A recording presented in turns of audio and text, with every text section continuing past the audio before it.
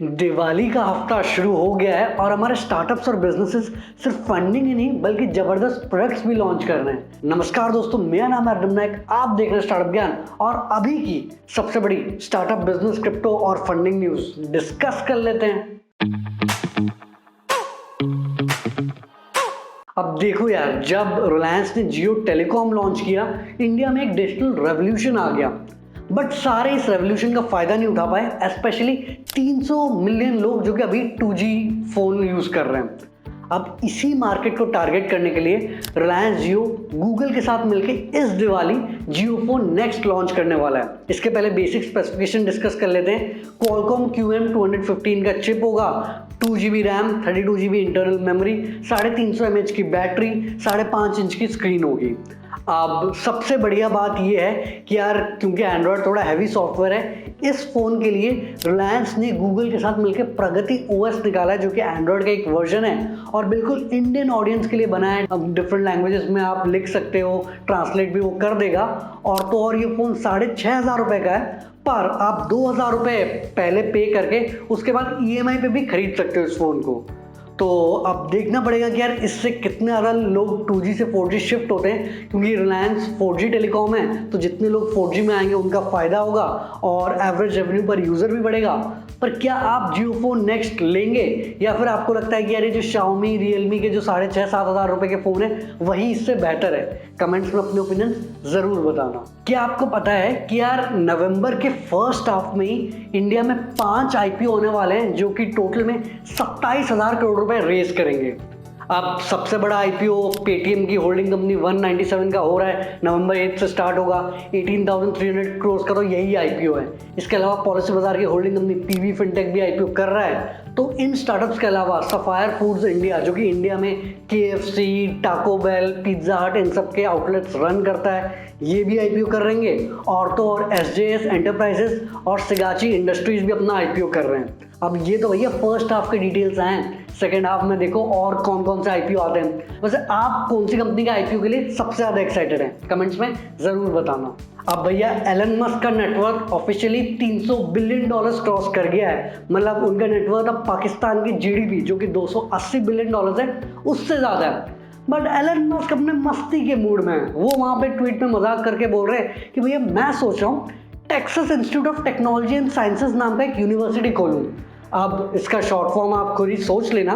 But इसके बाद वो बोलते हैं कि भैया इसमें ट्यूशन फी डोजकॉइन में होगी और अगर आपके पास कुत्ता है तो आपको डिस्काउंट मिलेगा। उधर दूसरी तरफ एक जन ने एक आर्टिकल को ट्वीट करते हुए बोला, जहाँ पे UN के एक सीनियर ऑफिशियल ने बोला कि अगर एलन मस्क अपना 2% ऑफ द नेटवर्क यानी $6 बिलियन डोनेट करें तो दुनिया में जो हंगर की प्रॉब्लम है ना, वो सॉल्व हो जाएगी। तो एलन मस्क ने ट्वीट का रिप्लाई करते हुए बोला कि अगर एक फुल प्रूफ प्लान UN के जो सीनियर ऑफिशियल है वो यहीं पे ट्वीट का रिप्लाई करके दे दें तो मैं अभी के अभी टेस्ला के शेयर्स $6 बिलियन वर्थ के बेच दूंगा। उसके बाद जो UN के सीनियर ऑफिशियल थे उन्होंने बोला कि यार थोड़ी मिसअंडरस्टैंडिंग हो गई है या गलती से मिस्टेक मान लो, वर्ल्ड हंगर तो यार इतनी आसानी से खत्म नहीं होगा, बट हम 42 मिलियन लोगों को भूख से मरने से रोक सकते हैं। और अगर आप चाहते हो तो मैं आपके पास आके आपको समझा देता हूँ। एलन मस्क ने बोला भाई ना, आप ट्वीट करके ही बताओ कि आपका पूरा प्लान क्या है, ताकि पूरी दुनिया भी तो देखे कि एक्चुअल में इसमें कुछ दम है या ऐसी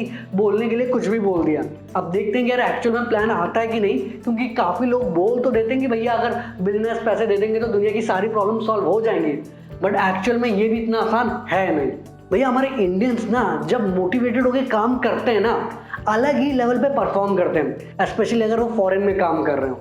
तो अभी अगर आप देखोगे, माइक्रोसॉफ्ट ने एप्पल का मार्केट कैप फाइनली क्रॉस कर लिया है। एप्पल का मार्केट कैप अभी करीब $2.14 ट्रिलियन है, माइक्रोसॉफ्ट का $2.45 ट्रिलियन है।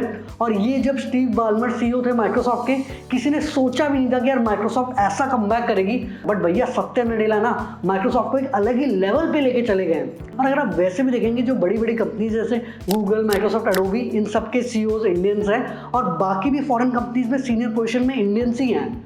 तो ज़रा सोचो, अगर इन इंडियंस को इंडिया में सही अपॉर्चुनिटी, सही रिसोर्सेज, सही सपोर्ट मिला होता तो कितना बड़ा वो इम्पैक्ट क्रिएट कर सकते थे। मुझे तो लगता है कि यार ये लोग तो 20-25 साल में इंडिया को एक डेवलप्ड कंट्री बना देते। आपके क्या ओपिनियन है कमेंट्स में ज़रूर बताना और देखते हैं एप्पल कब तक कमबैक कर पाता है। बट अब हम थोड़ी बहुत क्रिप्टो न्यूज़ डिस्कस कर लेते हैं। अच्छा, अभी तक मोस्टली बिटकॉइन, शिबा इनू, ये सारे कॉइन्स रिकॉर्ड ब्रेकिंग प्राइसेस तक पहुंचे थे। अब फाइनली इथेरियम ने भी अपना पहला ऑल टाइम हाई को क्रॉस कर लिया है। पहले वो $4,379 तक पहुंचे थे, बट अब इथेरियम का प्राइस $4,400 क्रॉस कर गया है और मार्केट कैप भी $500 बिलियन क्रॉस कर गया है। वैसे अब देखना पड़ेगा कि यार ये जो बुल मार्केट है कितना और कंटिन्यू होता है, या फिर अगर फिर कोई फंड क्रिएट हुआ या कोई नेगेटिव न्यूज़ आई तो फिर क्रैश हो सकता है। वैसे आप में से कितने लोग कंसिस्टेंटली अब क्रिप्टो में इन्वेस्ट करना शुरू कर दिए हैं, या फिर जब हाइप आता है तभी आप इन्वेस्ट करते हैं?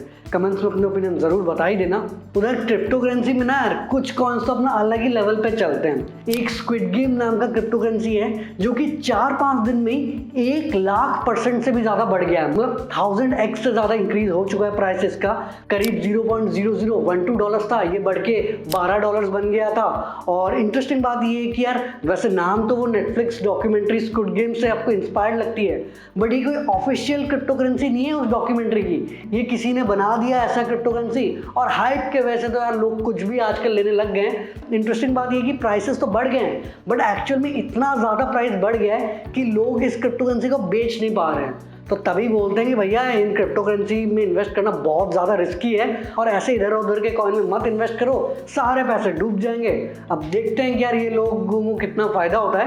बट अब हम थोड़ी बहुत फंडिंग न्यूज़ डिस्कस कर लेते हैं। अब जो ग्रो स्टार्टअप है ना, सबसे तेज तो ग्रो वो खुद स्टार्टअप ही कर रहा है।